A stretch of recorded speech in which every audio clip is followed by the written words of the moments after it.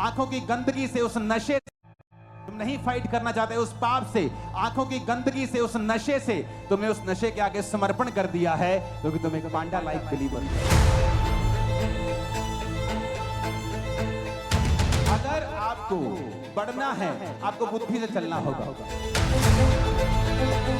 परमेश्वर को ये यकीन दिलवा दो कि तुम आशीषों के बाद पवित्रताई में, वफादारी में रहोगे।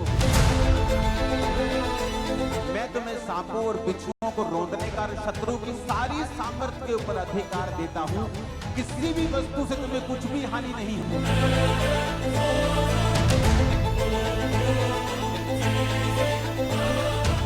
अपनी हाथों को उठाओ।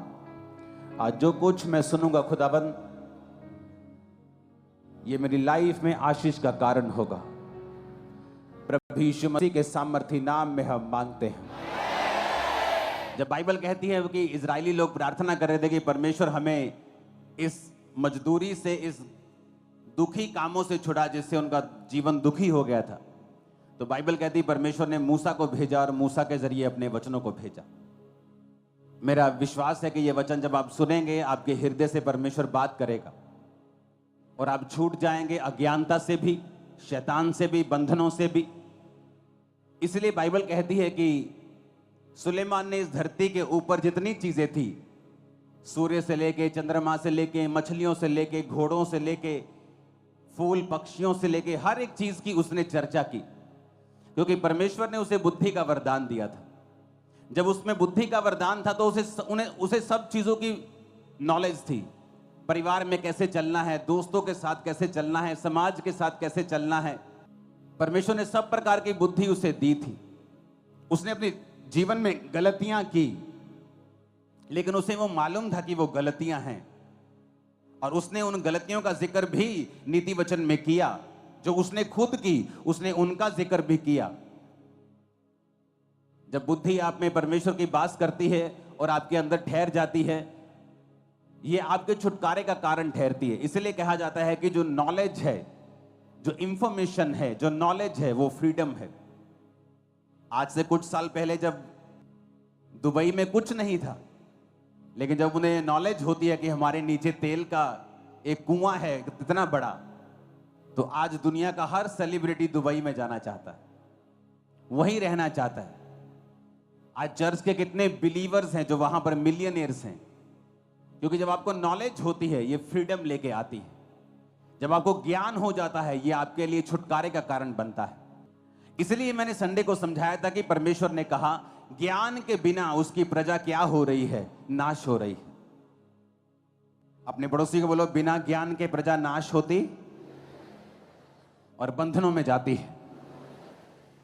तो जब आपके अंदर ज्ञान नहीं होता, परमेश्वर ने यह नहीं कहा कि शैतान के कारण मेरी प्रजा नाश हो रही है, या शैतान के कारण मेरी प्रजा में बीमारियां फैल रही हैं, शैतान के कारण मेरी प्रजा में जादू टोना फैल रहा है। परमेश्वर ने कहा जादू टोना, शैतान, सब कुछ मैंने तुम्हारे बस में कर दिया है। किसी भी वस्तु से तुम्हें कुछ भी हानि ना होगी। मैं तुम्हें सांपों और बिच्छुओं को रोंदने का और शत्रु की सारी सामर्थ्य के ऊपर अधिकार देता हूं। किसी भी वस्तु से तुम्हें कुछ भी हानि नहीं होगी। तुम्हारे गांव में, तुम्हारे मोहल्ले में वो 50 साल से जो तांत्रिक बैठा है, चाहे तुम 6 महीने के विश्वासी हो, तुम उससे 1 करोड़ गुना भारी हो, तुम उससे 1 लाख गुना भारी हो, मैं सच कह रहा हूं। बात यह है कि अब चर्च को उस जगह के ऊपर लाया जाए जहां से चर्च को यह बात की नॉलेज हो जाए कि अगर हमारे अंदर परमेश्वर का ज्ञान नहीं है तो शैतान कभी भी आपको हरा सकता है। इसीलिए जब परमेश्वर यीशु मसीह के लिए आकाश खुल गया था, आकाशवाणी हुई। इमेजिन करो आपके लिए आकाश खुल जाए और ऊपर से परमेश्वर की डायरेक्ट आपको आवाज आए कि तू मेरा प्रिय बेटा है, मैं तुझसे बहुत खुश हूं, और सारी दुनिया इसकी विटनेस हो। और तो भी शैतान यीशु मसीह के पास आकर कहता है यदि तू परमेश्वर का बेटा है तो इन पत्थरों को बोलिए रोटियां बन जाएं। इसका मतलब क्या? चाहे आपने कैंसर से छुटकारा पाया हो, चाहे आपने बड़ी बीमारी से छुटकारा पाया हो, चाहे आपने पवित्र आत्मा का वरदान पाया हो, चाहे आपने परमेश्वर को देखा हो, परमेश्वर की आवाज सुनी हो, फिर भी शैतान आपको गिराने की कोशिश करेगा अगर आपके अंदर परमेश्वर का वचन नहीं है तो तो यीशु मसीह ने तब शैतान को यह नहीं कहा कि शैतान मेरे लिए आकाशवाणी हुई थी कि मैं उसका प्रिय बेटा हूं। परमेश्वर ने कहा शैतान लिखा है इंसान केवल रोटी से नहीं परंतु परमेश्वर के मुख से निकले एक एक वचन से जीवित रहेगा। यानी अगर परमेश्वर यीशु मसीह को भी वचन का ज्ञान नहीं होता तो भी वो शैतान को हरा नहीं पाते। इसलिए आपने ये बहुत ध्यान से देखा होगा कि प्रभु यीशु मसीह को स्क्रिप्चर्स की, बाइबल की बड़ी अच्छी नॉलेज थी। जब वो आराधनालय में बाइबल पढ़ने के लिए यशाया की पुस्तक पढ़ रहे थे कि यहोवा का आत्मा मुझ पे है, तो परमेश्वर ने कहा था आज ये लेख तुम सबके सामने पूरा हुआ है क्योंकि ये वचन मेरे लिए लिखा गया था। कितने मेरी बातों को समझ रहे हैं? मैं अभी वचन पे नहीं आया हूं, मैं आपका बेस बना रहा हूं कि क्यों वचन को सुनना और समझना और इस पे चलना हमारे लिए इंपॉर्टेंट है। हालेलुया। आज जो बिलीवर्स हैं उनके लिए परमेश्वर ने एक मैसेज दिया है मुझे, और जब आप ये मैसेज सुन रहे होंगे तो परमेश्वर का आत्मा आपसे बात करेगा 100%। तो सबसे पहली चीज जो वचन ये कहता है कि हमें किस चीज की जरूरत सबसे ज्यादा है। नीति वचन 2:4 में लिखा है, तू बुद्धि को चांदी के समान ढूंढे और गुप्त धन के समान उसकी खोज में लगा रहे। परमेश्वर ने अलग अलग जगह पे नीति वचन में, बाइबल में लिखा है कि कुंदन अगर एक साइड रखा हो, सोना रखा हो, हीरे मोती रखे हो और एक साइड पे बुद्धि रखी हो, तो हमेशा बुद्धि को चुनना।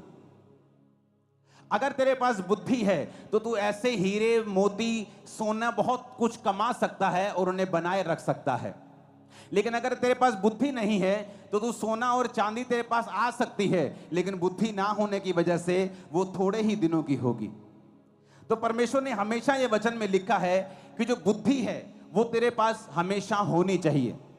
लेकिन आज जब आप एक बिलीवर को देखते हैं और उसे बुद्धि के बिना देखते हैं तो उसके नुकसान क्या होते हैं और बुद्धि के बिना किस तरह एक बिलीवर को अपनी लाइफ में सफर होना पड़ता है, आज हम उसे समझेंगे। आज के वचन का जो शीर्षक है उसका नाम है ए पांडा लाइक बिलीवर। ये पांडा चाइना में मिलता है, इसे सफेद काला भालू भी बोल सकते हो। ए पांडा लाइक बिलीवर। सबसे पहले ये जो पांडा है हमें इसकी बुद्धि को समझने की जरूरत है।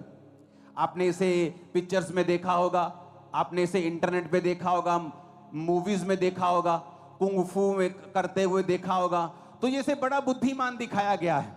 लेकिन एक्चुअल में जब आप इंटरनेट के ऊपर स्टडी करेंगे तो आपको ये मालूम होगा कि ये पांडा है, ये जो भालू आपको दिख रहा है जिसे पांडा कहते हैं, ये दुनिया के 5 सबसे मूर्ख जानवरों में से एक है।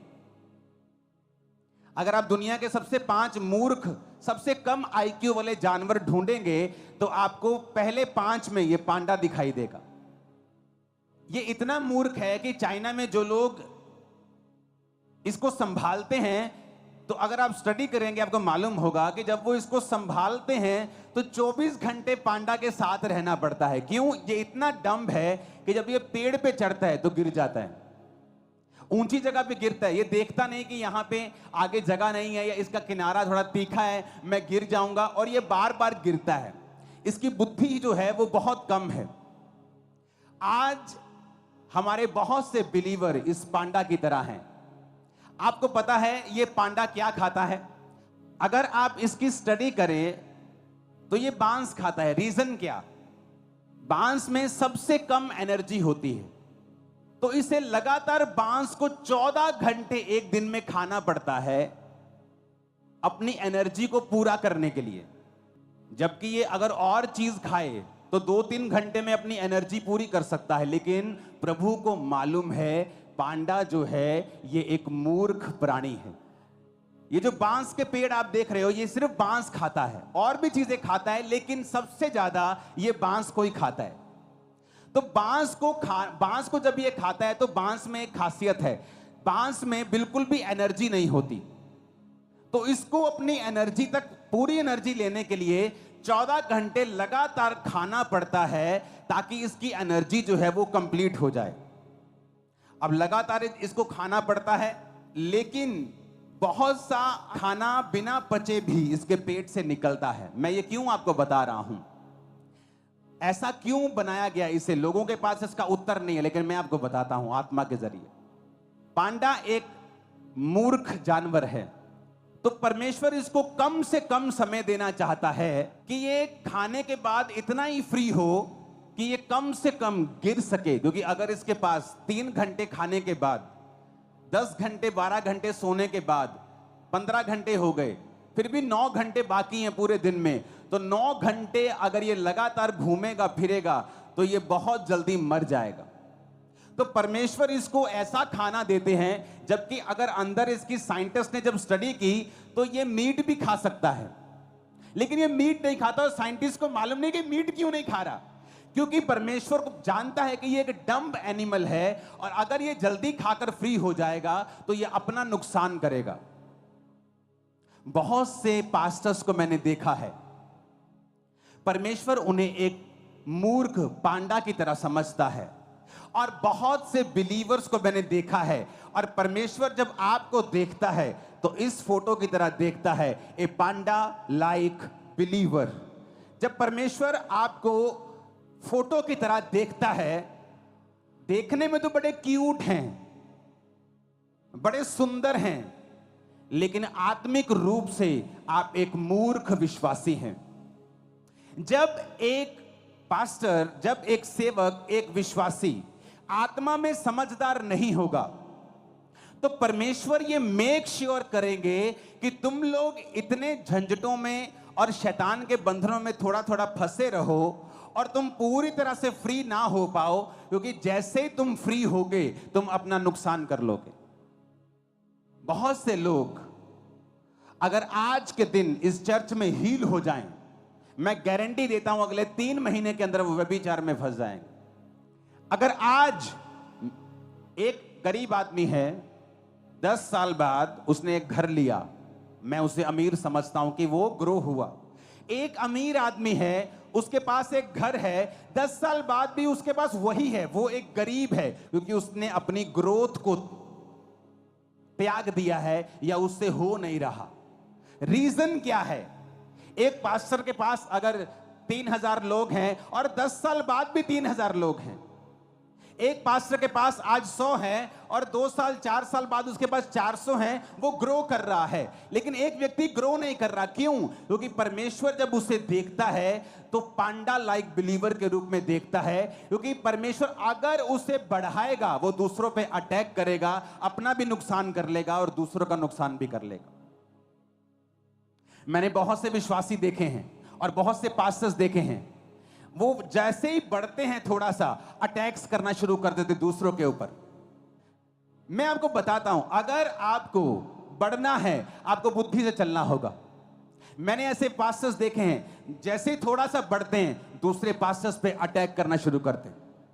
ये नहीं कि शिक्षा दे रहे हैं, शिक्षा नहीं दे रहे, लेकिन पर्सनल जेलसी है और अटैक कर रहे हैं। और परमेश्वर देखता है कि नहीं, तू पांडा लाइक बिलीवर, पांडा लाइक पास्टर है, मैं तुझे ज्यादा नहीं बढ़ा सकता हूं, मैं तुझे इसी लेवल पर रख सकता हूं, क्योंकि अभी तेरी कैपेसिटी नहीं है कि मैं तुझे नेक्स्ट लेवल पे ले जाऊं। तो परमेश्वर उसे खाने के लिए बांस देगा, ताकि 14 घंटे तू बांस खाता रहे, खाता रहे, खाता रहे। क्योंकि अगर तू मीट खाकर अपना पेट भर लेगा तो बाकी टाइम तू दूसरों को और अपने आप को नाश करने के लिए इस्तेमाल करेगा। तो मैं तुझे बांस देता रहूंगा कि तू उसे खाता रहे, बिजी रहे, ताकि तू भूल जाए तुझे दूसरों को और अपने आप को तंग करना है, क्योंकि उसकी कैपेसिटी नहीं है, बुद्धि नहीं है, विजडम नहीं है। विजडम नहीं है तो परमेश्वर तुम्हें नहीं बढ़ा सकता, तुम्हें आगे नहीं लेके जा सकता। मुझे परवाह नहीं दुनिया में क्या हो रहा है, दूसरे लोगों के पास क्या हो रहा है, मुझे कोई टेंशन नहीं। मैं अपना देख रहा हूं, मुझे बढ़ना है, मेरे लाइफ में कौन सी कमी है, मुझे कौन सी चीज पे काम करना है, मुझे कौन से हिस्से पे काम करना है, आत्मिक क्षेत्र में मुझे कौन सी चीजों में आगे जाना है। कई बार मैं अपनी लाइफ में शारीरिक क्षेत्रों को छोड़ देता हूं कि ये शारीरिक चीज, ये शारीरिक छोड़ देता हूं। आत्मिक क्षेत्रों में, शारीरिक भी वो जो सेवकाई से संबंधित है, लेकिन मैं आत्मिक क्षेत्र में काम करता रहता हूं। कितनी देर तक? क्योंकि मैं अंदर से फाइट कर रहा हूं कि मुझे ये करना है, ये करना है, इस चीज को कब्जा करना है। जब मैं उस चीज पे कब्जा कर लेता हूं फिर मैं बाहर निकलता हूं, चाहे मुझे 1 साल लगे, 6 महीने लगे, महीना लगे, हफ्ता लगे, उसके बाद बाहर आता हूं तो मुझे मालूम होता है मैं ग्रेस लेके आया हूं, अब परमेश्वर मुझे रोकेगा नहीं। अब जिस चीज पे मैं हाथ डालूंगा वो होता जाएगा, क्योंकि अब मुझे बांस खाने की जरूरत नहीं, मैं मीट खाकर बाकी हफ्ते बाकी घंटे काम कर सकता हूं। कितने मेरी बात को समझ रहे हैं? ये बड़ा ध्यान से समझने वाली बात है। अगर आप एक ऐसे पास्टर हैं जो चुगलियां करते हैं, आप एक ऐसे पास्टर हैं जो दूसरे पास्टर्स की सेवकाई में क्या हो रहा है आपको ज्यादा इसका ज्यादा आपको लालसा है, ज्यादा आपको चुगली वाला वो एक अंदर से कीड़ा है, तो परमेश्वर ये मेक श्योर करेगा कि आप उस छोटी सी सेवकाई और छोटे से दायरे में ही रहें और उसी बांस को खाते रहें, क्योंकि परमेश्वर नहीं चाहता कि आप 2-3 घंटे में मांस खाएं और बाकी दिन आप बिना बुद्धि के घूमें और दूसरों को भी नाश करें और अपना भी नाश करें। और जैसे ही आप में बुद्धि बढ़ती है, परमेश्वर कहता ओह इसमें बुद्धि बढ़ गई है, अब मैं नहीं चाहता कि मेरा एक टैलेंट वेस्ट हो। अब जब इसमें बुद्धि बढ़ गई है तो मैं इसको बांस हटाकर मैं इसे मीट दूंगा, मैं इसे फल दूंगा, मैं इसे सब्जियां दूंगा जो इसको जल्दी एनर्जी देंगी और ये फिर जल्दी से काम करने पाएगा, क्योंकि अब इसको दूसरों को अटैक नहीं करना, अब इसको फलाना क्या कर रहा है, अब इसको बढ़ना है। कितने मेरी बात को समझ रहे हैं? ए पांडा लाइक बिलीवर, ए पांडा लाइक पास्टर, ए पांडा लाइक मिनिस्टर, एक सेवक जो पांडा की तरह है, एक विश्वासी जो पांडा की तरह है, बुद्धिमान नहीं है। इसलिए परमेश्वर मेक श्योर करता है आप बिजी रहें, उस छोटे से दायरे में आप बिजी रहें, आप 14-14 घंटे वही काम करते रहें, क्योंकि प्रभु को मालूम है आप जैसे ही पवित्रताई, आप जैसे ही उस बीमारी से थोड़ा सा हटेंगे आप पाप में गिर जाएंगे। जैसे ही खुदाबंद आपको पैसा देगा आप तभी दारू पीना शुरू कर देंगे। आप नहीं पी रहे, आप जिस दिन आप परमेश्वर को यकीन दिलवा देंगे कि प्रभु मुझे पैसा दे मैं बिगड़ूंगा नहीं, मुझे सेहत दे मैं पाप में नहीं जाऊंगा, suddenly at that same second आपकी लाइफ चेंज होना शुरू हो जाएगी। लेकिन प्रभु आपको देख रहा है, आपको फैमिली ने चर्च भेज दिया, आपने कहा पापा मुझे चर्च जाना है, पापा ने कहा बेटा तू लड़की है, जवान है, तू चर्च मत जा, मेरे को डर है। नहीं पापा मुझे जाना है। आप चर्च में बैठी हैं, परमेश्वर का बड़ा प्लान है, लेकिन चर्च आने के बाद अब आपको लड़के दिखाई दे रहे हैं कि मुझे किसके साथ फ्रेंडशिप करनी है, क्योंकि आपकी लाइफ में निराशा है, क्योंकि आपकी मम्मी आपसे प्यार नहीं करती, आपका भाई आपको गालियां निकालता है, आपकी लाइफ में कुछ हो नहीं रहा। तो आप ये साबित कर रही हैं कि आप पांडा हैं, कि परमेश्वर मुझे बुद्धि नहीं है तो मुझे आशीष मत देना। ऐसा ना हो कि जब मैं आशीष पा जाऊं तो अपना भी नुकसान करूं और दूसरों का भी करूं। तो परमेश्वर आपको उसी छोटे लेवल पे रखेगा कि आप उस बांस को खाते रहें 14 घंटे अपनी एनर्जी को पूरा करने के लिए, ताकि आप दूसरे चीजों पर ध्यान ना दें। आज बहुत से विश्वासी इसलिए आशीषित नहीं है कि प्रभु दे नहीं सकता, वो इसलिए विश्वासी नहीं कि प्रभु को यकीन नहीं है, प्रभु को पता है ये आत्मिक बुद्धिमान नहीं है।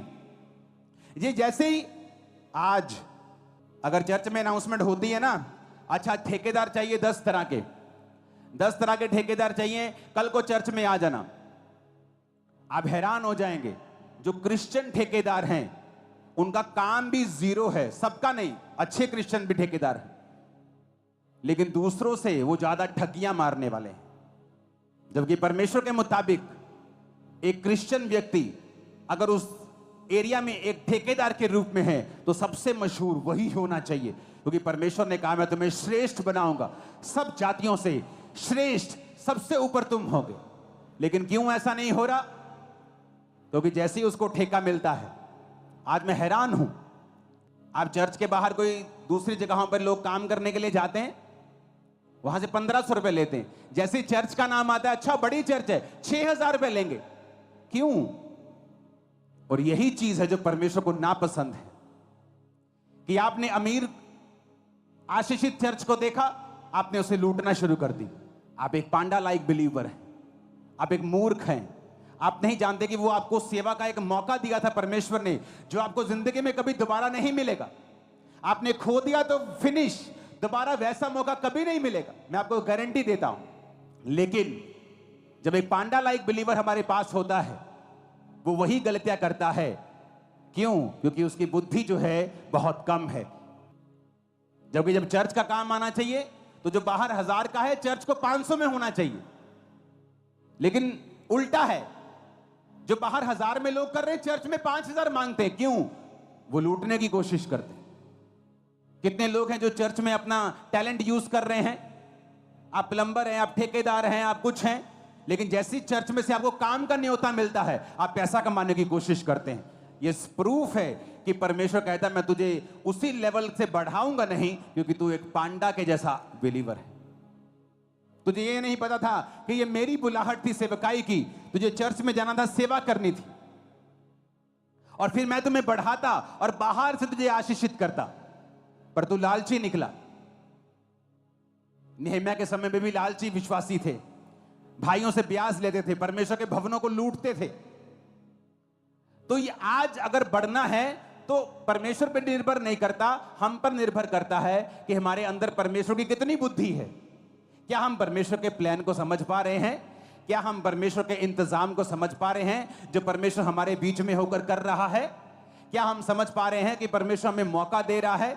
क्या हम समझ पा रहे हैं कि हम आशीषित इसलिए नहीं हैं क्योंकि हमारा कैरेक्टर अभी तक परमानेंट नहीं है? हमारा कैरेक्टर बहुत ही पानी के ऊपर जैसे डड्डू तैरते हैं उनकी तरह है, गहरी जाने वाली मछलियों की तरह नहीं है। आज लोग व्यभिचार नहीं करते क्योंकि उनको मौका नहीं मिला। आज चोरी नहीं करते, उनको मौका नहीं मिला। जैसे चर्च में ब्रांच में ड्यूटी मिलती है वैसे चोरियां करने शुरू कर देते। क्यों? क्योंकि तुम असल में एक चोर थे, असल में एक व्यभिचारी थे, इसलिए परमेश्वर ने तुमको बढ़ाया नहीं। क्यों नहीं बढ़ाया? क्योंकि तुम एक पांडा की तरह बिलीवर हो। वो तुम्हें जांच रहा था, परख रहा था, तुम अपनी जांच में परख में फेल निकले। ऊंची आवाज में हालेलुया बोलो। तो पांडा बुद्धिमान नहीं है, इसलिए परमेश्वर उसको 14 घंटे खिलाता है, जबकि साइंटिस्ट कहते हैं कि ये मांस खा सकता है इसकी आंतड़ियों से, ये उसी तरह का बियर है, भालू है जिस तरह के दूसरे हैं, पर फिर भी परमेश्वर उसे बांस ही खिलाता है क्योंकि वो मूर्ख है। अगर उसके पास 9 घंटे बचेंगे तो वो 9 घंटे में एक चोट पक्का लगवाएगा और मर जाएगा। पांडा की एक और खासियत है, पांडा की यह खासियत है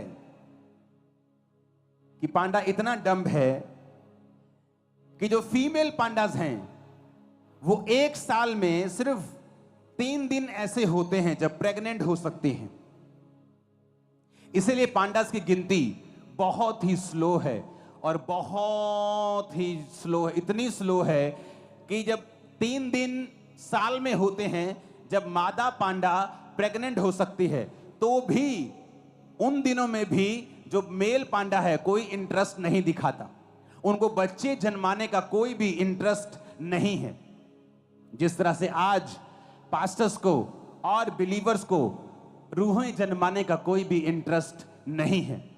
इसलिए मैंने कहा पांडा लाइक बिलीवर, ए पांडा लाइक पास्टर, जिसे जन्म देने में कोई भी इंटरेस्ट नहीं है, जिसे मतलब है कि वो 14 घंटे बांस पे बांस खाई जाए बस।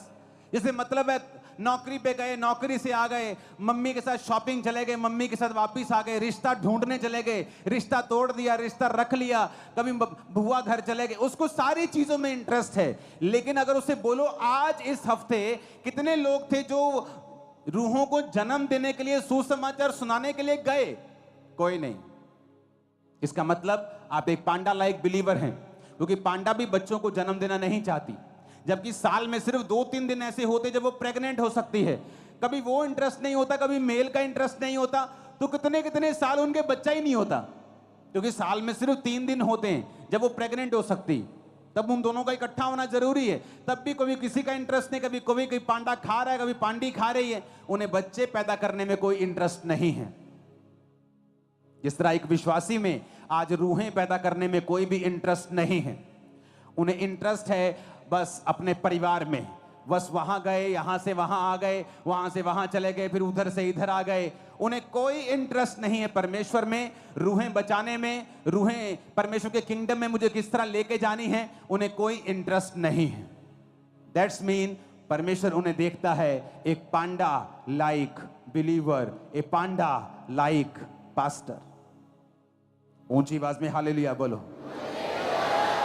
अगर आप पांडा लाइक बिलीवर और पांडा लाइक पास्टर हैं तो परमेश्वर मेक श्योर करेगा कि आप उसी हद में रहें, वो आपको ऐसे कान दे देगा कि आप आगे ना बढ़ सकें, क्योंकि आप में वो बुद्धि नहीं कि आप आगे बढ़ें। क्योंकि अगर आप आगे बढ़ेंगे उसी बुद्धि के साथ अपना भी नुकसान करेंगे, अपने परिवार का नुकसान करेंगे और अपने साथियों का नुकसान करेंगे और दूसरों का नुकसान करेंगे।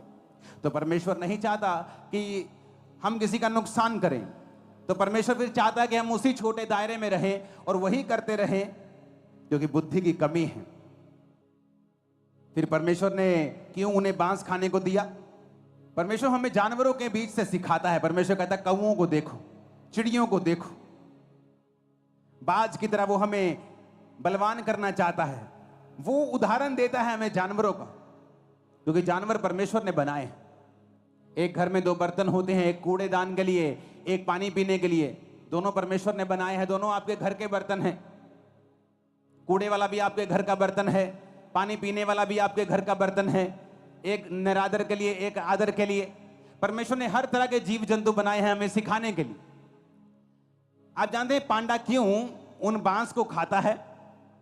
और सिर्फ बांस को ही खाता है क्योंकि बांस बहुतायत में होता है। जब एक पांडा बांस को खाता है तो बांस को खाने के लिए उसे किसी दूसरे जानवर के साथ फाइट करने की जरूरत नहीं। चीता हफ्ते में एक बार खाता है, कई बार 2 हफ्ते में एक बार या हफ्ते में 2 बार, जब उसे मिल जाए। जब वो चीता खाता है, जब एक हिरन का वो शिकार करता है या एक लेपर्ड, एक तेंदुआ शिकार करता है, तो उस शिकार को पकड़ के अपने जबाड़े से वो पेड़ के ऊपर ले जाता है। कई बार उससे हाइना लड़ते हैं, लकड़बग्गे लड़ते हैं। कई बार तेंदुओं से शेरनी लड़ पड़ती है। कई बार तेंदुओं से और जानवर लड़ते हैं उस शिकार को अपना करने के लिए। कई बार उसे पाड़ देते हैं, हाफ हाफ कर लेते हैं, थोड़ा सा टुकड़ा कोई ले जाता है। गिद्ध भी आ जाते हैं, बाज आ जाता है, कई बाज नहीं आते तो गिद्ध आ जाते हैं। तो कई तरह के जानवर उससे फाइट करते हैं, क्योंकि वो जल्दी एनर्जी देने वाला एक मीट है। लेकिन पांडा के साथ वो क्यों बांस खाता है? क्योंकि बांस खाने के लिए पांडा को किसी भी तरह की लड़ाई करने की जरूरत नहीं होती। जिस तरह आज के बिलीवर हैं, पांडा लाइक पास्टर्स हैं, जिन्हें बिल्कुल लड़ना पसंद नहीं है। वो लड़ना नहीं चाहते। उनका पति जब कहता है ओए चर्च गई तेरी ऐसी की तैसी, अच्छा ठीक है जी, चर्च जाना बंद कर देती हैं, क्योंकि उन्हें लड़ना पसंद नहीं है। वो पांडा लाइक बिलीवर हैं। जैसे तुम्हारा बड़ा भाई कहता है तेरी खबरदार जो चर्च गया थे, ठीक है भाई जी, आप चर्च जाना बंद कर देते। आप पांडा लाइक बिलीवर हैं। पांडा जब बांस खाता है तो बांस खाने के लिए उसे किसी के साथ फाइट करने की जरूरत नहीं, क्योंकि बहुतायत में हर जगह बांस लगे हैं। चाइना में घास की तरह बांस लगे हैं। एक जगह कोई लड़ेगा, दूसरी जगह चल जाएगा, तीसरी जगह इतना बांस लगा, कोई बांस के लिए लड़ता ही नहीं। उसी तरह से विश्वासी हैं जो लड़ना नहीं चाहते, अपने विश्वास के लिए लड़ना नहीं चाहते, अपने रिश्तेदार से लड़ना नहीं चाहते, अपने दोस्त से लड़ना नहीं चाहते। वो हर जगह पांडा बनना चाहते हैं। इसलिए परमेश्वर ने आपको बुद्धिमान नहीं बनाया, क्योंकि जब बुद्धि आएगी तो परमेश्वर की ब्लेसिंग्स आएंगी। ऐसी ब्लेसिंग्स आएंगी जो पहले कभी नहीं थी। ऐसी सेवकाई आएगी जो पहले कभी किसी की नहीं थी। ऐसी ताकत आएगी, ऐसा फाइनेंस आएगा जो पहले कभी नहीं था। लेकिन उस लेवल से पहुंचने के लिए हमें पांडा की बुद्धि से आजाद होना पड़ेगा, क्योंकि पांडा किसी के साथ लड़ाई नहीं करता, क्योंकि बांस हर जगह मौजूद है। आसान लाइफ हर जगह मौजूद है। ये नहीं खाना, वो नहीं खाना, वहां नहीं जाना, कुछ भी करने की जरूरत नहीं। पांडा की तरह जियो, खाई जाओ खाई जाओ खाई जाओ, बिना लड़े। आपको लड़ने की जरूरत नहीं। और परमेश्वर क्या कहता है? शैतान का सामना कर, वो तेरे सामने से क्या होगा? भाग जाएगा। परमेश्वर ने कभी नहीं कहा शैतान के सामने से भाग जा, कभी कभी सामना कर। 4 तरह की बुद्धि है: earthly wisdom, intellectual wisdom, devilish wisdom, heavenly wisdom. एक बुद्धि है जो इस धरती की है, एक बुद्धि है जो इंटेलेक्चुअली आप पढ़ के हासिल करते हैं। कई बार बिना पढ़े लिखे भी लोग बुद्धिमान होते हैं। हमारे रिश्तेदार आड़ती हैं, लाखों रुपए का हिसाब बिना पढ़े, जो पुराने लोग होते थे बिना पढ़े, 0 क्लास पढ़े, लाखों रुपए का हिसाब आप कैलकुलेटर में करोगे वो ऐसे ही कर देंगे मुंह से। Earthly wisdom. एक है इंटेलेक्चुअल विजडम, आप पढ़ाई से हासिल कर रहे हैं, इंजीनियर बन रहे हैं, electronics engineer, computer engineer, doctor, something like that, आप MBA कर रहे हैं, आप इंटेलेक्चुअल विजडम हासिल कर रहे हैं। एक विजडम है डेविलिश विजडम, शैतान की विजडम, डैनियल की चुगली करने वाले लोग जो जाके राजा को बोलते, डैनियल हमने कहा था ना तेरे अलावा जो कोई प्रार्थना करेगा किसी और परमेश्वर को वो शेरों की मान में डाल दिया जाए। देख डैनियल प्रार्थना कर रहा है किसी और परमेश्वर से। उन्हें मालूम था कि डैनियल ऐसा प्रार्थना करने से प्रभु के सामने नहीं रुकेगा। ये थी डेविलिश विजडम, शैतानी बुद्धि, किसी को नाश करने के लिए, किसी की चुगली करने के लिए, किसी को डाउन करने के लिए, किसी को बदनाम करने के लिए यूज करना, डेविलिश विजडम। एक है हेवनली विजडम, ईश्वरीय बुद्धि। कई बार आप अर्थली बुद्धि लगाते हो, जान है तो जहान है, आज विरोध हो रहा है चलो चुप कर जाते हैं, आज विरोध हो रहा है चलो शांत होकर बैठ जाते हैं। ठीक है भाजी मैं नहीं मानता, ये सुनू अंदरों तो मान लांगे, ये सुनू 6 महीने बाद फिर चर्च चल जाएंगे। ये इंसानी बुद्धि है। और एक बुद्धि होती है हेवनली बुद्धि, ईश्वरीय बुद्धि, जो डैनियल के पास थी। जब डैनियल बच्चा था और बंदी बना लिया गया तो डैनियल ने कहा अपने खाने वाले से जो उसको खाना देता था कि ये खाना मैं नहीं खा सकता, ये बाइबल में मना किया हुआ है। उसको मालूम था कि ये खाना पड़ेगा क्योंकि राजा ने उसका मेन्यू निर्धारित किया था अपने खान सामे को कि ये खाना तू इन बच्चों को दिया करेगा, इनको बड़ा करेगा, शिक्षा देगा और फिर मेरे राज्य में तू इनको मंत्री बनने के लिए मेरे सामने पेश करेगा। लेकिन डैनियल अर्थली विजडम से नहीं चला कि ठीक है आज चुप बात मानते हैं, ऐसा ना हो मौत की सजा राजा दे दे या राजा मुझे कहीं और दुखी कर दे, जेल में डाल दे। उसने हेवनली बुद्धि का इस्तेमाल करके कहा कि मैं ये खाना नहीं खाऊंगा, तुम मुझे जेल में दे दे, मुझे मौत दे दे, लेकिन मैं बाइबल को तोड़ूंगा नहीं। तो ये हेवनली बुद्धि का इसने इस्तेमाल किया और परमेश्वर ने उसी डैनियल को उस राज्य में राजा के बाद सबसे ऊंचा पद दिया जो परमेश्वर आपको देना चाहता है। सबसे ऊंचे पद के ऊपर वो आपको रखना चाहता है। आज वो राजा जीसस क्राइस्ट है हमारे लिए। आज सबसे ऊपर हमारी लाइफ में यीशु मसीह होगा और उसके बाद हम होंगे। हालेलुया। लेकिन आज जो बिलीवर है वो अर्थली विजडम को यूज करना चाहता है, शारीरिक बुद्धि को इस्तेमाल करना चाहता है। वो नहीं चाहता कि मैं हेवनली बुद्धि को यूज करूं, क्योंकि जब आप हेवनली बुद्धि को, ईश्वरीय बुद्धि को इस्तेमाल करते हैं तब आपको स्टैंड लेना पड़ता है, फाइट करनी पड़ती है, जो पांडा लाइक बिलीवर नहीं करते, क्योंकि उनको बांस खाना है 14 घंटे, तो बांस बहुतायत में मिलता है तो उन्हें फाइट करने की कोई भी जरूरत नहीं। लेकिन बांस के अंदर एनर्जी नहीं है, बांस आपके टाइम को वेस्ट कर रहा है, बांस आपके अंदर वो न्यूट्रिशन नहीं दे रहा जो न्यूट्रिशन आपको चाहिए। जब पांडा का बच्चा होता है आप हैरान हो जाएंगे, पांडा इतना बड़ा होता है और बच्चा हाथ के जितना होता है, क्योंकि पांडा के अंदर वो ताकत नहीं है एक स्वस्थ, एक बिग बेबी को जन्म देने की। जब आपके अंदर बुद्धि नहीं, आप फाइट नहीं करना चाहते परमेश्वर के लिए, आपने अपने आप को समर्पण कर दिया, आप फोन फेसबुक नहीं छोड़ पा रहे तो आपने उसे लाइफ का हिस्सा बना दिया। आप नहीं छोड़ पा रहे और स्क्रॉल के बाद स्क्रॉल के बाद स्क्रॉल 8 बजे शुरू होता है और स्क्रॉल कब 11 बज जाते मालूम नहीं होता। आपने समर्पण कर दिया है व्यभिचार के आगे। आपको मालूम है आपकी मैरिज के ऊपर अटैक हो रहे हैं, आपकी लाइफ के ऊपर अटैक हो रहे हैं, फिर भी आप व्यभिचार में गिरना छोड़ते ही नहीं हैं और प्रभु के सामने बोलते प्रभु मेरी मुसीबतों को कब दूर करेगा। क्या मूर्खताई है ये। हजारों बिलीवर्स को मैं जानता हूं जो ऑफिस में आकर रोते हैं प्रभु मेरी मुसीबत को कब दूर करेगा, और अगर लाइफ की स्टोरी सुनो हर 6-6 महीने बाद एक नया बॉयफ्रेंड नई गर्लफ्रेंड होती। You are a panda like believer. दिखने में क्यूट हो, दिखने में बड़े हो, लेकिन खोखले हो, वेस्ट कर रहे हो समय को, क्योंकि मूर्ख हो। प्रभु तुम्हें बुद्धिमान नहीं बनाना चाहते, तुम बनना नहीं चाहते, वो तुम्हें मीट नहीं दे सकता, क्योंकि उसके बाद तुम फ्री हो जाओगे और उसके बाद घूमोगे, अपना नुकसान करोगे और दूसरों का करोगे और अपने परिवार का करोगे। तुम फाइट नहीं करना चाहते, तुम नहीं फाइट करना चाहते उस व्यभिचार से, तुम नहीं फाइट करना चाहते उस चोरी की आत्मा से, तुम नहीं फाइट करना चाहते उस पाप से, आंखों की गंदगी से, उस नशे से। तुमने उस नशे के आगे समर्पण कर दिया है क्योंकि तुम एक पांडा लाइक बिलीवर हो। अब मैं आगे बात करूंगा कि किस तरह से इस पांडा बुद्धि से आजाद होना है, और तुम आजाद होके रहोगे। इसी हफ्ते तुम फ्री हो जाओगे। आमीन होना चाहिए चर्च।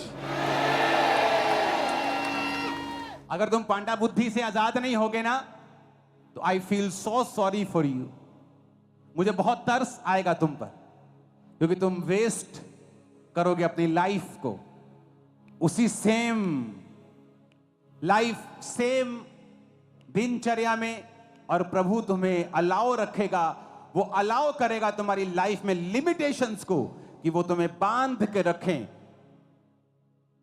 तुम्हारी हदें हमेशा छोटी रहें, क्योंकि वो तुमसे प्यार करता है। तुम्हारी हदों को वो बढ़ा करके तुम्हें खत्म नहीं होने देना चाहता। मैं तुमको चैलेंज करता हूं चर्च, अगर तुम परमेश्वर को ये यकीन दिलवा दो कि तुम आशीषों के बाद पवित्रताई में, वफादारी में रहोगे, सेकंड्स में ब्लेस होगे तुम। मैं नहीं कह रहा दिनों में, सेकंड्स लगेंगे। जस्ट 2 और 3 एंड कुछ 4 और 5 ऐसी चीजें होंगी, लाइफ पूरी तरह से बदल जाएगी। अगर तुम यकीन दिलवा दो कि आप नहीं गिरेंगे। नहीं तो इस फुल फोटो को याद रखना सदा, कि जो सामने विश्वासी खड़े हैं और एक विश्वासी उसी टानी पे खड़ा है और उसी टानी को काट रहा है, तुम फिर उस विश्वासी की तरह हो। लेकिन प्रभु नहीं चाहता तुम एक पांडा लाइक बिलीवर बनो।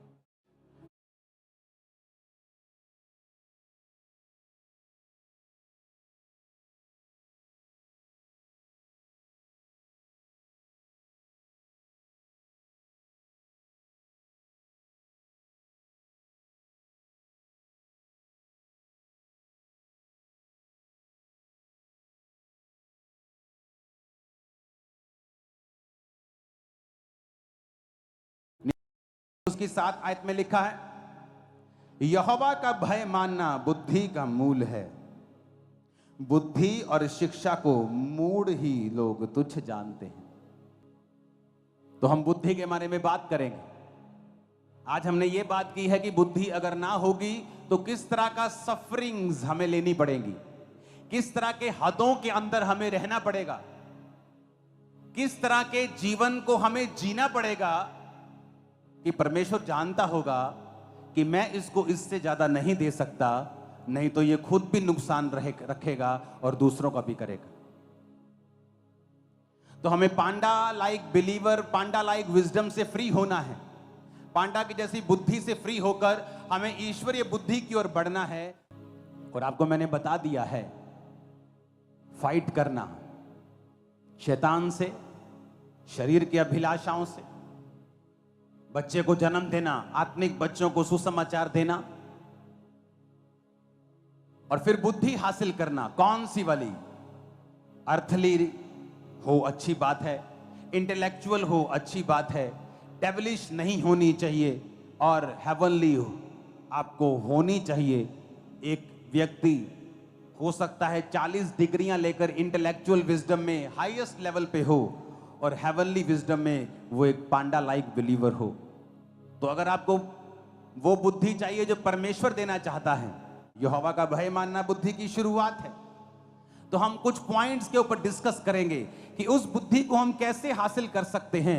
और एक बार जब वो बुद्धि आपके अंदर आ जाती है, उसके बाद आप नहीं प्रेयर करेंगे प्रभु मुझे बढ़ना है। क्यों? एक हाथी के बच्चे को प्रार्थना करने की जरूरत नहीं पड़ेगी, मेरा वेट बढ़े प्रभु, मेरा वेट बढ़े। एक जिराफ के बच्चे को प्रार्थना करने की जरूरत नहीं पड़ेगी, प्रभु मेरे कद को लंबा कर। एक घोड़े के बच्चे को प्रार्थना करने की जरूरत नहीं पड़ेगी कि मैं तेज भागूं। एक शेर के बच्चे को प्रार्थना करने की जरूरत नहीं पड़ेगी कि मेरे अंदर दलेरी भर। जैसे वो बड़ा होगा दलेरी उसके अंदर होगी। घोड़ा जैसे बड़ा होगा वो तेज दौड़ेगा, जिराफ जैसे बड़ा होगा वो ऊंचा सबसे लंबा होगा, हाथी जैसे बड़ा होगा सबसे भारी होगा। तुम आत्मा में बड़े भारी होने वाले हो यीशु मसीह के सामर्थी नाम में। तुम आत्मा में बड़े सामर्थी होने वाले हो यीशु मसीह के सामर्थी नाम में। मैंने कहा तुम आगे बढ़ने वाले हो यीशु मसीह के सामर्थी नाम में। आमीन। मेरे को खड़कने वाला चाहिए। Hallelujah, hallelujah. परमेश्वर के गहरे वेदों को परमेश्वर के दास के द्वारा जानने के लिए और ऐसी और नई वीडियोस को देखने के लिए हमारे YouTube चैनल को सब्सक्राइब करें और साथ में बेल आइकन को प्रेस करें ताकि ऐसी और नई वीडियोस की नोटिफिकेशन सबसे पहले आपसे पहुंच सके। जुड़े रहें परमेश्वर की हजूरी के साथ। God bless you.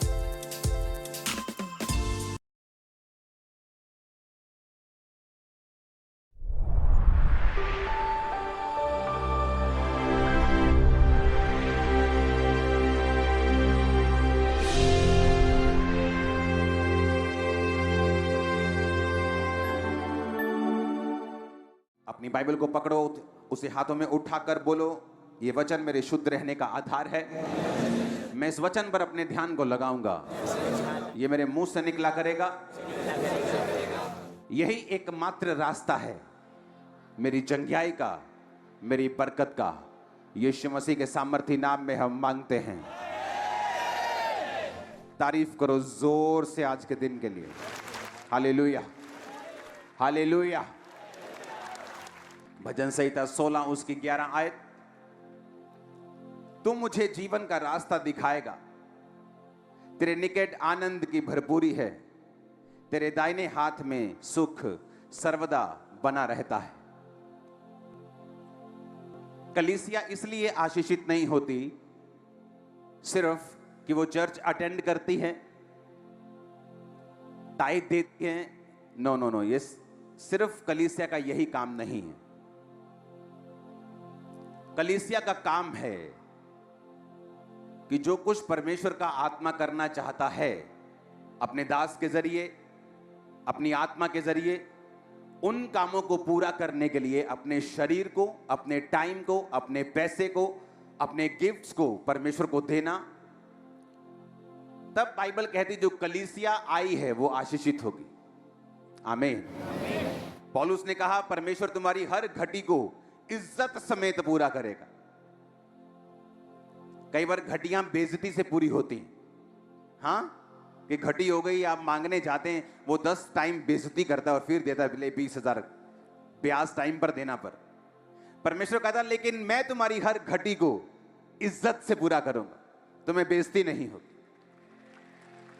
पर यह किसको बोला गया? यह उस कलीसिया को बोला गया जो पौलुस के मिशनरी कामों में उसकी सहायता करते थे, जो चंदा भेजते थे, जो उसके साथ खड़े थे, जो पौलुस के साथ खड़े होने से शर्मिंदा नहीं थे। बाइबल कहती पौलुस ने कहा अब मेरा परमेश्वर तुम्हारी हर घटी को मसीह में महिमा सहित पूरा करेगा। पिछले साल पंजाब में बहुत विरोध हुआ परमेश्वर का। मेरे गांव मत आना, इधर नहीं आना, उधर मत आना।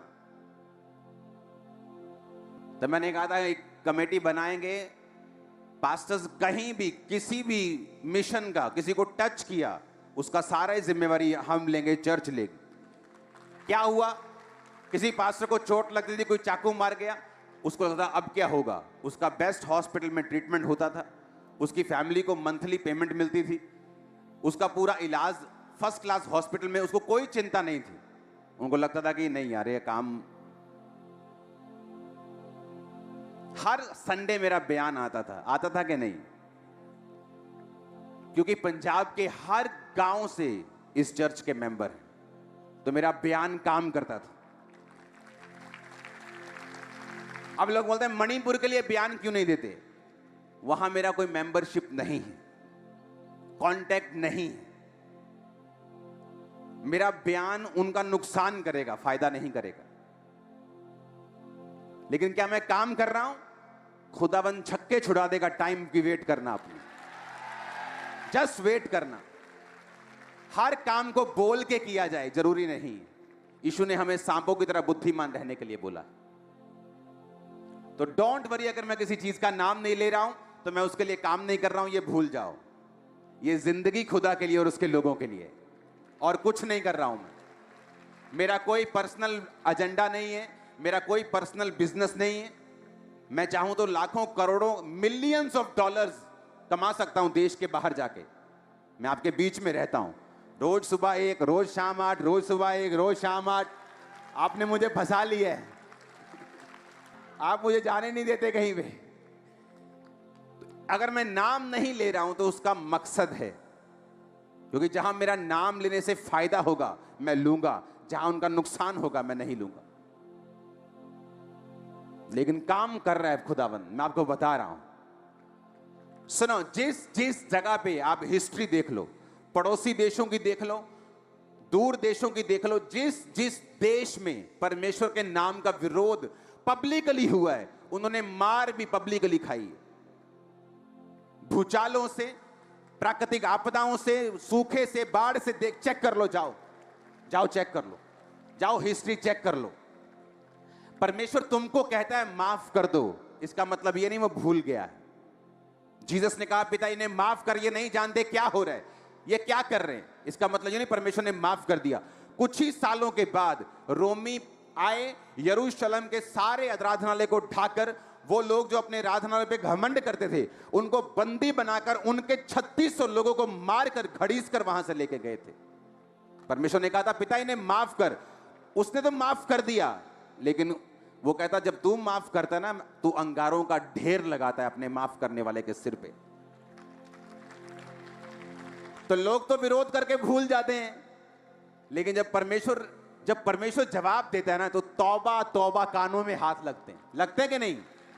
फिर वो हटता भी नहीं, जल्दी हटता भी नहीं, वो पूरा हिसाब किताब चुकता करके वो हटेगा। और साथ में हमको भी लगाया हुआ है, हाँ, कि सब जगह मेरा बैंक बैलेंस पहली बार इतने महीनों में हुआ कि बिल्कुल जीरो पे आने पे लगा। इतनी चैरिटी हो रही है, क्योंकि मैं रोक नहीं सकता उन लोगों के लिए। मेरे दिल में होता है कि, और मेरी आदत है कि मैं सिर्फ फोटोज के लिए चैरिटी नहीं करता हूं कि फोटो देनी है, चल भी 10 ब्रश तू ले जा, 10 पेस्ट तू ले जा। हाँ, वो मैं कर नहीं सकता हूं। अगर चैरिटी किसी के घर में जाएगी तो महीने का राशन, बोतलें, दूध, डायपर सब कुछ जाएगा। तो ऐसा नहीं जाएगा कि हाँ 2 सेकंड के लिए गए, फोटो ली इंटरनेट पे डालने के लिए। वो मेरे से होता नहीं। आप जितना इंटरनेट पे देखते हो वो सिर्फ 1% है जो चैरिटी हम करते हैं। जीसस ने कहा तेरा दाहिना हाथ करे बाहिना ना जाने, बाहिना करे दाहिना ना जाने। जो कुछ भी इंटरनेट पे पढ़ता है वो इसलिए कि मेरे spiritual sons 1200-1500 pastors and spiritual sons वो फॉलो कर सके सेम, उन्हें मालूम हो मिनिस्ट्री क्या कर रही है, वो भी फॉलो कर सके। That's it. हालेलुया। तो ये भूल जाओ कि परमेश्वर भूल गया है। उसने तुमको बोला है माफ करने के लिए, वो खुद हिसाब किताब पूरा चुकता कर रहा है। हालेलुया। और ऐसा ही है परमेश्वर। इसलिए बाइबल कहती है परमेश्वर के हाथों में पड़ना भयंकर बात है। जब मेरे घर में क्रिश्चियन सिस्टर्स आई थी प्रार्थना करने के लिए मेरे दादा पे, तो मैं उनको बोलता था कि अगर दोबारा मेरे घर में आए ना, हिंदू घर है हमारा, तो पीटेंगे तुमको, क्योंकि तुम ऐसे हो, तुम वैसे हो, तुम हमारे खिलाफ बोलते हो। विरोध करके अपनी फैमिली को मैं ले गया वापिस, चर्च नहीं जाने दिया। अपने घर के मॉडल टाउन मार्केट के अंदर बहुत बड़ा मेरा घर था, 25 मरले से भी ज्यादा। तो वहां मैंने अपने घर की ड्योढ़ी के ऊपर मंत्र लगा दिए थे कि सारा दिन इनको सुनना है, खबरदार जो चर्च गए तो। आप जानते नहीं मैं कहां से आया हूं, लेकिन जब पागलपन के दौरे पड़े, जब बीमार हुआ, जब डॉक्टर्स ने, जब वैद्यों ने, जगहों ने जब हाथ खड़े कर दिए, पागलों की तरह मैं जाता था उनकी जगहों के ऊपर। आप मुझे देख के बताओ मेरा क्या है फ्यूचर, मैं क्या करूं, मैं ऐसे फील कर रहा हूं, मैं ऐसे महसूस कर रहा हूं, मेरा दिल करता मैं सुसाइड कर लूं, मुझे पागलपन के अटैक होते, मैं कोई हल नहीं। क्योंकि मैं भूल गया था कि मैंने विरोध किया था जीसस का। मैं तो भूल गया विरोध करके, जीसस कहां भूलते हैं। तुम तो भूल गए विरोध करके, हाला लाला मचा के, और तुम्हें लगता था कि क्या होगा। लेकिन जब वो फिर चिट्ठियां खोलता है, खाते खोलता है बराबर करने के लिए, फिर वो ऐसा बराबर करता है। हालेलुया। परमेश्वर से पंगा लेके कोई बच सकता है क्या? कोई नहीं बचा आज तक। कोई उस पे केस नहीं कर सकता कि तू भूचाल क्यों दे रहे है, तूने बारिश ज्यादा क्यों कर दी। कोई केस कर सकता है क्या?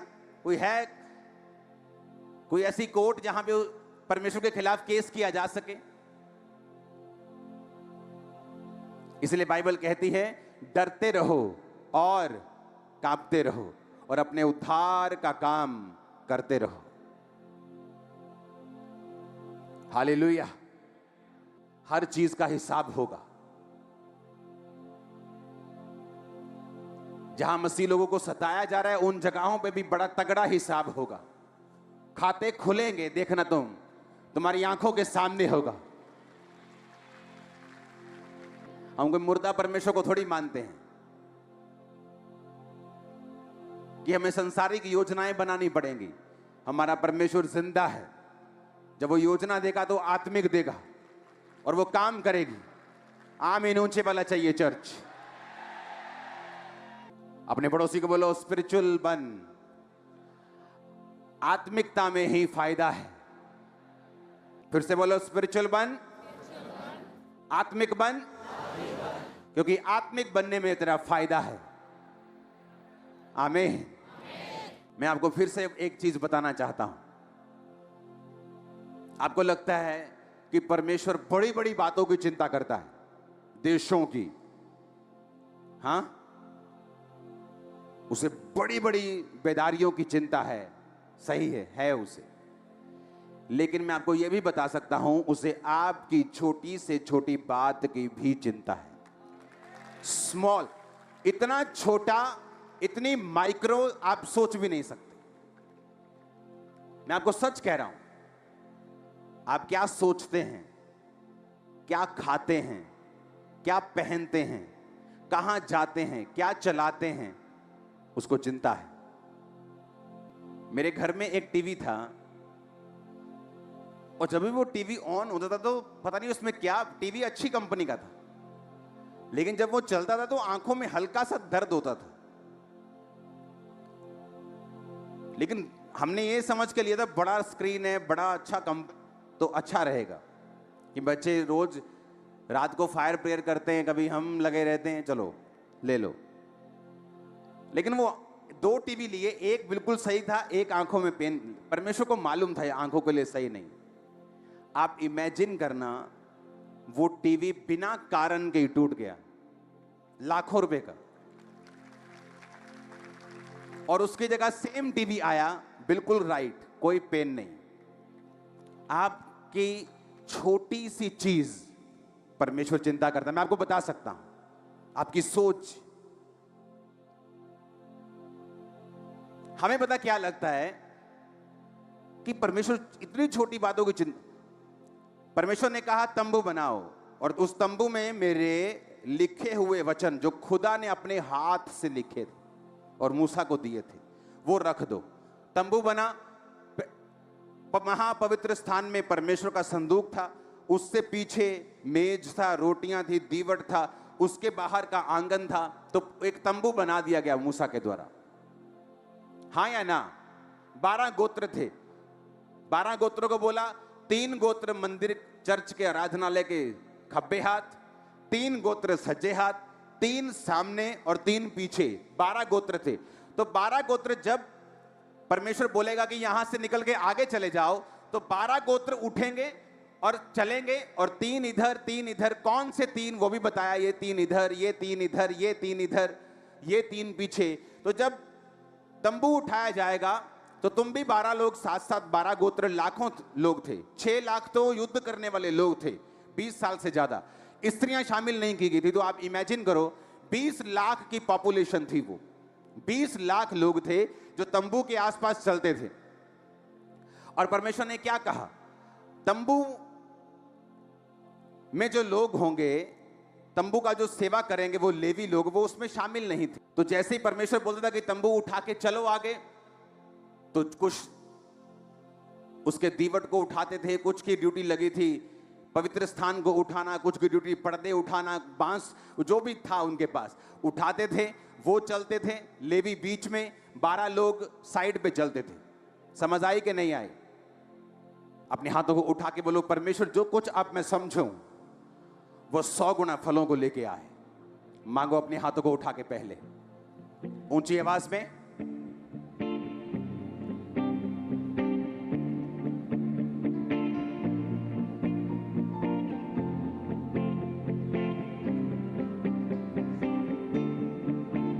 प्रभु यीशु मसीह के सामर्थ्य नाम में हम मांगते हैं। अब ध्यान से समझना, 12 गोत्र थे। बोलो कितने?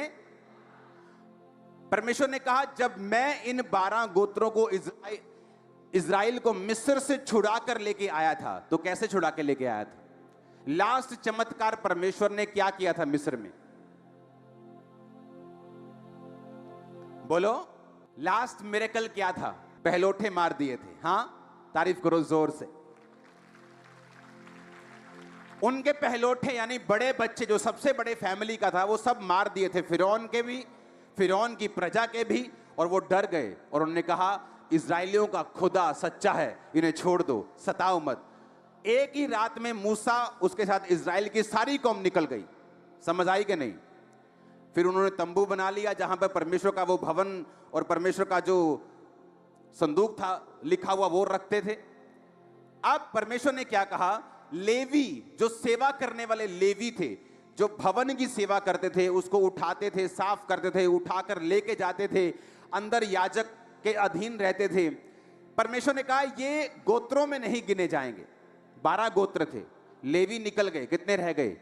11। परमेश्वर ने कहा यूसुफ भी गोत्रों में नहीं गिना जाएगा, बल्कि यूसुफ के दोनों बेटे वो गोत्रों में गिने जाएंगे। यूसुफ निकल गया, कितने रह गए? 10। यूसुफ के 2 बच्चे एप्रेम और मनश्शे ऐड हो गए, कितने हो गए? 12 के 12 हो गए। अब 12 गोत्र, बीच में लेवी।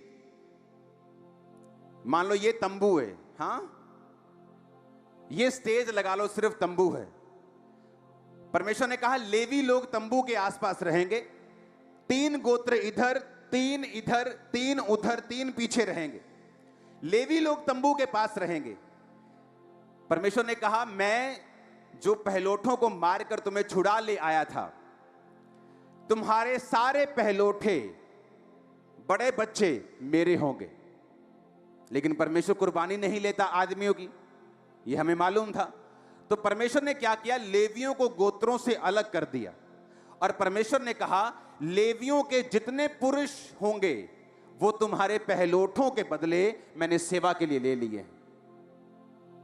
आप मेरी बात समझ गए कि नहीं? हां, तो लेवियों के जितने बेटे थे, परमेश्वर ने कहा तुम लाखों लोगों के पहलोठों के बदले मैं लेवियों के बेटे ले लेता हूं। समझ आई कि नहीं आई?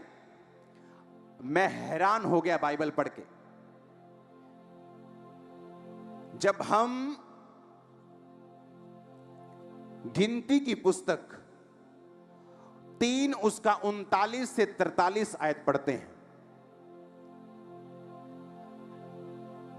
यहोवा की इस आज्ञा को पाकर 1 महीने या उससे अधिक आयु वाले जितने लेवीय पुरुषों को मूसा और हारून ने उनके कुलों को अनुसार गिना, वो 22,000 थे। परमेश्वर का वचन कहता है लेवियों, जो लेवी जो तंबू के आसपास रहते थे, उनके जब बेटों को गिना वो कितने थे? कितने थे? 22,000। फिर यहोवा ने मूसा से कहा इज़राइलियों के जितने पहलोठों पुरुषों की आयु 1 महीने या अधिक है उन सबों के नाम ले ले। अब परमेश्वर कहता लेवी गिन लिए ना, अब सारे इज़राइली, 3 गोत्र इधर के, 3 उधर, 3 इधर, 3 पीछे के, सारे इज़राइलियों के जितने पहलोठे बच्चे हैं उनकी गिनती भी ले ले। जब उनकी गिनती ली गई तो 43 आयत में लिखा सब पहलोठे पुरुष जिनकी आयु 1 महीने या उसके अधिक की थी जो इज़राइल में थे, उनकी गिनती भी 22,273 निकली। यह कैसे हो सकता है? इसका मतलब देखो लाखों लोग थे, वो लाखों। अब मेरी बात को ध्यान से समझना, लाखों लोग हैं जो तंबू के आसपास डेरा डाल के बैठे हैं और परमेश्वर कहता है ये सारे इनके पहलोठे बड़े बच्चे मैं उनके बदले में लेवियों के मेल को, बच्चों को, उनके लड़कों को ले लेता हूं। जब उनके पहलोठे गिने गए 22,000, इनके लड़के गिने गए लेवियों के 22,000। कैसे हुआ? इतने लाखों की पॉपुलेशन, उन्हें लगता है आहा हा मेरे भाई की शादी होगी, आहा हा मेरे भाई का बच्चा हो गया। परमेश्वर कर रहा था, किसी का नहीं हुआ, परमेश्वर कर रहा था। 22,000 सोचो इतनी माइक्रो मैनेजमेंट कर रहा है कि वो पॉपुलेशन को भी कंट्रोल कर रहा है, और तुम्हें लगता है मेरी शादी हो गई इसलिए बच्चा हो रहा है। वो कहते तुम्हारे सारे पहलौठे मेरे, लेवियो अपने मेल बच्चों को गिनो, कितने? 22,000। तुम्हारे पहलौठे कितने? 22,000। मैं जिंदा खुदा हूं, उसने कहा। मैं जानता हूं एक एक चीज जो तुम्हारी लाइफ में हो रही है। इमेजिन करो, तुम्हें क्या लगता है तुम्हारी जिंदगी में जो हो रहा है परमेश्वर को मालूम नहीं? कौन सी सोच तुम्हें तंग कर रही, क्या उसे मालूम नहीं? कौन सी चिंता तुम्हें सता रही, क्या उसे मालूम नहीं? कौन सी बॉडी का पार्ट तुम्हारी हीलिंग को चाहिए, क्या उसे मालूम नहीं? क्या तुम्हें तुम्हारी लाइफ में परमेश्वर चाहता है? तुम्हें यह देखना है वचनों के जरिए से। वो ऐसा परमेश्वर है जो लाखों में भी एक एक गिनती को, एक एक बच्चे को कंट्रोल किया हुआ उसने। ऐसा परमेश्वर देखो, लाखों लोग बैठे हैं, लाखों गोत्र, 3 में भी लाखों के हिसाब से, इधर लाखों, इधर लाखों, इधर लाखों, उधर लाखों, और इधर भी 22,000 निकले सबके, और इधर भी 22,000। और हमें लगता है कि परमेश्वर के पास यह कंट्रोल नहीं है कि मेरा वीजा आएगा कि नहीं। यह परमेश्वर की गलती थोड़ी, उसको क्या कंट्रोल है? हमें लगता है वो मेरे सिर दर्द को कैसे कंट्रोल कर सकता है? मेरा बेटा तो बिगड़ गया है, बेटी बिगड़ गई, वो तो कैसे कंट्रोल हो सकते हैं? वो कहता है मैं तो लाखों को कंट्रोल कर रहा हूं, तुम्हें क्यों नहीं कर सकते? वो तो एक एक गिनती का हिसाब रख रहे हैं, तुम्हारा हिसाब क्यों नहीं रखेगा? इमेजिन करो आप। सब शुरुआत करते हैं मसीह में। हां, बाइबल कहती है, याकूब कहता मैं मरने वाला हूं, आ जाओ अपने अपने हिसाब किताब लेके तुम्हें आशीष दूं। यूसुफ भी चला अपने 2 बच्चों को लेके। याकूब के पास पहुंचकर उसने देखा, अपने बाप के पास गया और अपने बड़े बेटे को अपने अपने लेफ्ट साइड कर लिया कि जब उसका बाप प्रार्थना करे तो सज्जा हाथ उस पे आए। थोड़ा बुजुर्ग बंदा चाहिए।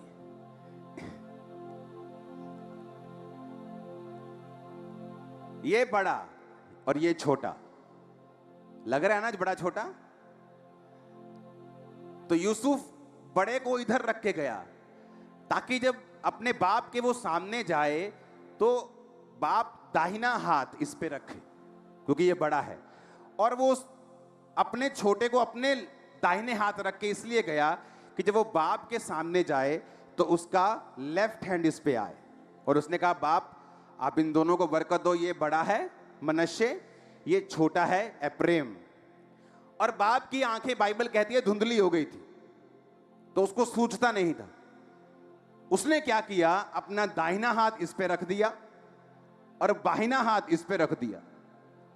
सुनो, और यूसुफ को लगा कि शायद, सुनो, उसकी आंखें धुंधली हो गई हैं, तो यूसुफ कहने लगा no no no daddy daddy daddy ji, सज्जा हाथ इत्ते रखो क्योंकि ये वड्डा ते खब्बा इत्ते रखो ये छोटा।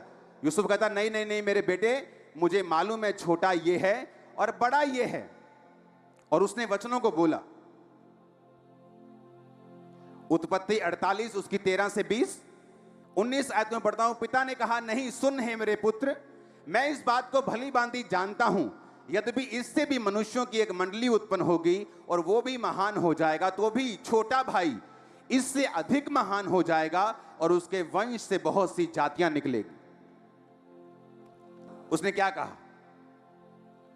उसने कहा बेटा नहीं, ऐसा नहीं है, ये खुदा की मर्जी है कि छोटा बड़े से भी अधिक महान हो जाएगा।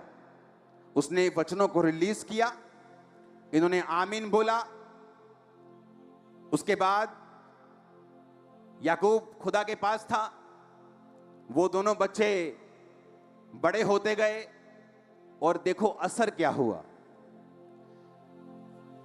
गिनती 2 उसकी 18 से 21 में उसका असर नजर आता है। जो गोत्र मैंने आपको बताए थे, जब गोत्रों की गिनती हो रही थी कि तुम खब्बे रहोगे, तुम पश्चिम में, तुम उत्तर में, तुम दक्षिण में, तुम पूर्व में रहोगे। तो गोत्र गिने जा रहे थे कि गिनना भी है कि कितने बंदे हैं एक गोत्र में। पश्चिम की ओर एफ्रेम की छावनी के झंडे के लोग अपने दल के अनुसार रहेंगे। उनका प्रधान अमीहूद का पुत्र अली शामा होगा। उनके दल के गिने हुए पुरुष 40,500 हैं। एफ्रेम छोटा, कितने पुरुष निकले लड़ाई वाले? 40,500। 20 में लिखा उसके नजदीक मनश्शे के गोत्र के रहेंगे। उनका प्रधान पदासूर का पुत्र कमलियल होगा। उसके दल के चुने हुए गिने हुए पुरुष 32,200 हैं। जब छोटे का वंश गिना गया तो कितना निकला? 20 साल या उससे अधिक के युद्ध करने वाले पुरुष कितने निकले?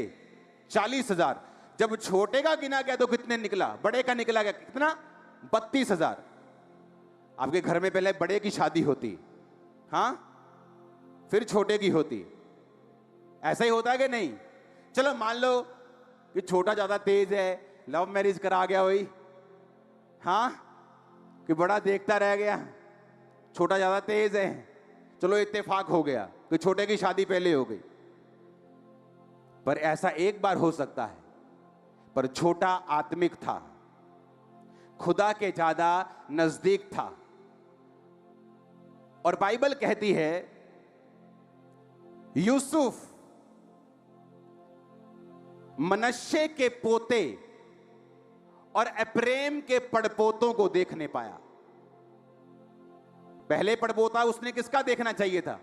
मनश्शे का बड़ा था वो, पर बाइबल कहती है वो उसने पड़पोते किसके देखे? एफ्रेम के। एफ्रेम की गिनती 40,000, बड़े भाई की गिनती 32,000। क्योंकि जब वर्ड्स रिलीज हुए, एक व्यक्ति जब आत्मिक होने का फैसला करता है,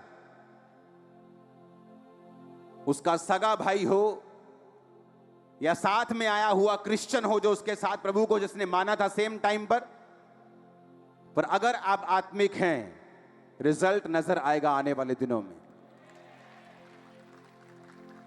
लाइफ स्पिरिचुअल है, आपको मानना पड़ेगा। जब दोनों भाई वहां से निकले कोई फर्क नहीं लगा। आज एक बंदा चर्च में बैठ के अपनी शादी के बाहर भी मुंह मार रहा है, वो भी आमीन आमीन बोल रहा है, वो भी यहीं बैठा है। व्यभिचार कर रहा है, वो भी यहीं बैठा है। और जो पवित्रता में चल रहा है वो भी यहीं बैठा आमीन बोल रहा है। जब यहां से निकलते हैं कोई फर्क नहीं लगता, दोनों एक जैसे हैं। सेम ऑटो पे आए, व्यभिचार करने वाला अच्छी कार पे आया है, उल्टा तो लगता है ये सेम ही है। ये भी आमीन बोलता है, मैं भी आमीन बोलता हूं, ये भी वही जिंदगी जी रहा है, ये तो अच्छी जी रहा है, इसकी तो 3-3 पत्नियां हैं।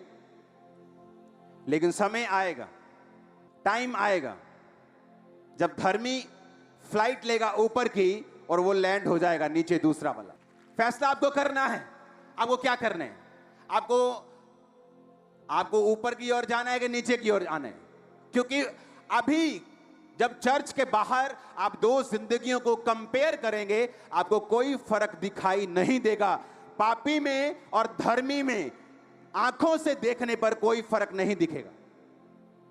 और धोखा मत खाना धोखा, क्योंकि शैतान एक ही दिन में उसको तबाह कर देगा जो पाप के नीचे है, क्योंकि शैतान के पास ताकत है उन्हें तबाह करने की। और धर्मी जो अपने घर को चट्टान के ऊपर बना रहा है, आपको बढ़ता हुआ, स्ट्रांग होता हुआ, आगे बढ़ता हुआ, ऊंचा जाता हुआ दिखाई देगा यीशु के नाम में। फैसला आपको करना है।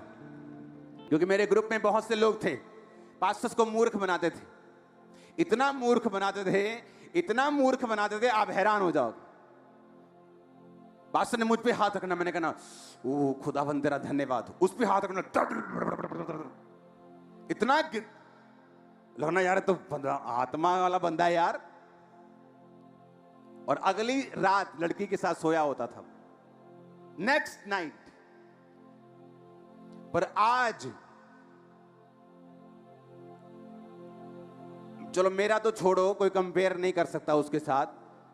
एक स्मॉल ब्लेस्ड बंदा भी उसके साथ कंपेयर करेगा तो अपने आप को ऊपर पाएगा। इतना लो लेवल पे जा चुका है। हर जगह उसको परमेश्वर ने लोएस्ट लेवल दिखाया। क्योंकि परमेश्वर को मूर्ख बनाता था, उसके लोगों को मूर्ख बना सकते हो 2-4 दिन के लिए, लेकिन जो न्याय आने वाला है उसको तो मूर्ख नहीं बना सकते। झूठ बोल सकते हो पर फ्लड को रोक नहीं सकते। हालेलुया।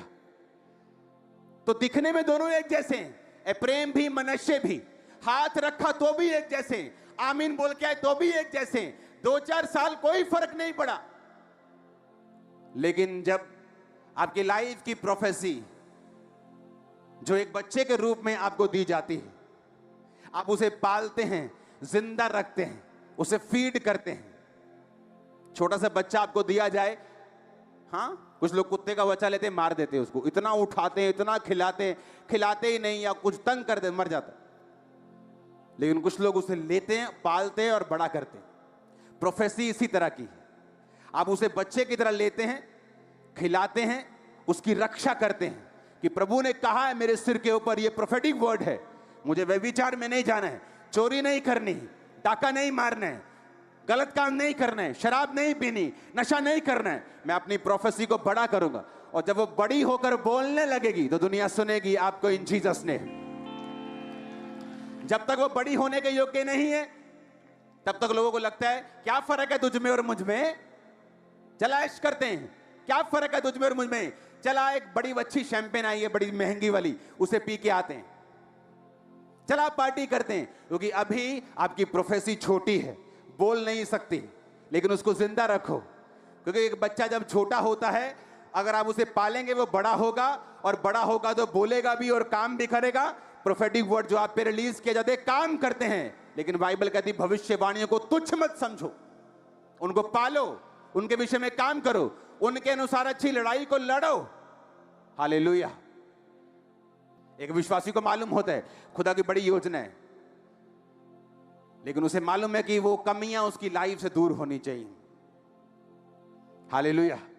परमेश्वर ने कहा अब्राहम तेरे पास पैसा भी है, बरकतें भी हैं, लेकिन एक आशीष जो तू चाहता है, मेजर वाली, बड़ी वाली, जो बड़ी स्ट्रांग है, जो सारा सिनेरियो चेंज कर दे।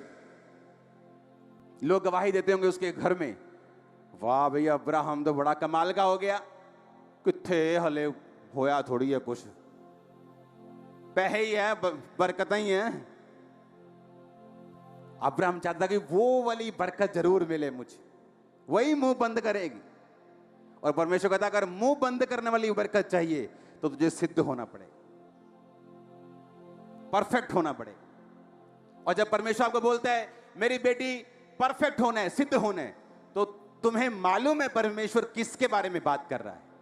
तुम्हें मालूम है तुम टीवी देखती हो ज्यादा, तुम्हें मालूम है तुम प्रेयर नहीं करती हो, तुम्हें मालूम है फोन की एडिक्शन हो गई है तुमको, तुम्हें मालूम है तुम चुगलियां करती हो, तुम्हें मालूम है कौन सी कमी है तुम्हारे अंदर, और तुम्हें मालूम है जब परमेश्वर कहता है मेरी बेटी सिद्ध हो जा, तुम्हें पता है कौन सी कमी दूर करनी। और वो वाली टेस्टमनी जो मुंह बंद कर देगी शैतान का और विरोधियों का, वो सिद्धता के बाद आपकी लाइफ में आती। अब तुम देखो सारा कुछ तुम्हारे सामने है, स्पिरिचुअल होने का असर क्या हुआ वो भी तुम्हारे सामने है, थोड़ा कम स्पिरिचुअल होने का असर क्या हुआ वो भी तुम्हारे सामने है, पाप करने का असर क्या हुआ वो भी तुम्हारे सामने है। अब तुमने ये देखना है कि मुझे किस रीति से प्रभु में चलना है, अपनी भविष्यवाणी के लिए लड़ाई करते हुए, वचन पे चलते हुए चलना है, या पंगे लेते हुए, संसार का भी आनंद लेते हुए, सब जगह मुंह मारते हुए चलना है, तो तुम्हारी मर्जी। अगर आदत ही पड़ जाए धक्के खा के जाने की तो प्लेन कहां से पसंद आए। अगर बसों में धक्के खाने की आदत पड़ गई है तो फिर प्लेन कहां से पसंद आए। हाँ, जब तक तो ऐसे खड़े खड़े कपड़े ना फट जाएं 2-3 जगह से, फिर कहां प्लेन पसंद आए। तो अगर प्लेन मौजूद है मुंबई जाने के लिए तो क्यों बसों में जा रहे हो। अगर तुम्हें मालूम है पवित्रताई में चलने से तुम्हारी राह आसान हो जाएगी और खुदावन तुमसे बात करेगा, तुम्हें गाइड करेगा, तो क्यों चलना उस रास्ते में जहां पे सब कुछ अंधेरा है, जहां अगुवाई होनी बंद हो जाती है और हम शरीर के अनुसार चलना शुरू कर देते हैं। हालेलुया। अपने पड़ोसी को बोलो आत्मिक बन, फिर से बोलो आत्मिक बन। अपने हर एक पड़ोसी को बोलो ऊंची आवाज में, क्वायर को, ले हैंड वाले को ऊंची आवाज में बोलो, आत्मिक बन तेरा फायदा है इसमें। बोलो बोलो बोलो बोलो ऊंची आवाज में। बोलो बोलो, मैं देख रहा हूं तुमको। 7 जनों को बोलो, 5 जनों को बोलो, अपने आसपास अलग अलग लोगों को।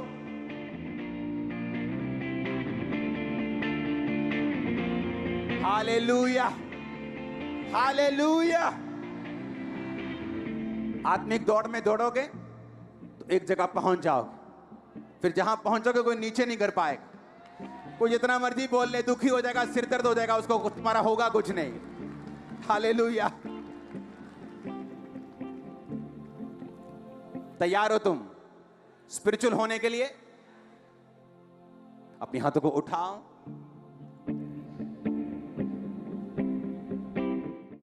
हमारे YouTube